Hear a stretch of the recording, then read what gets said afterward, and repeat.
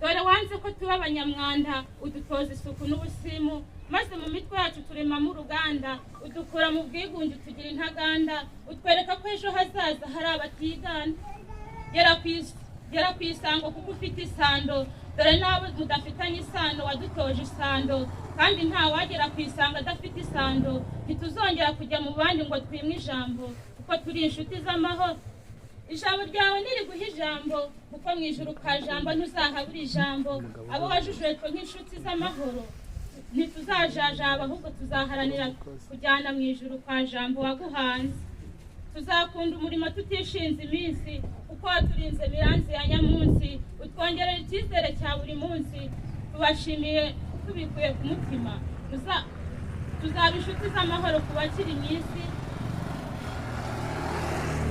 tuzaba inshuti z'amahoro ku bakiri mu isi tuba amahoro hano mu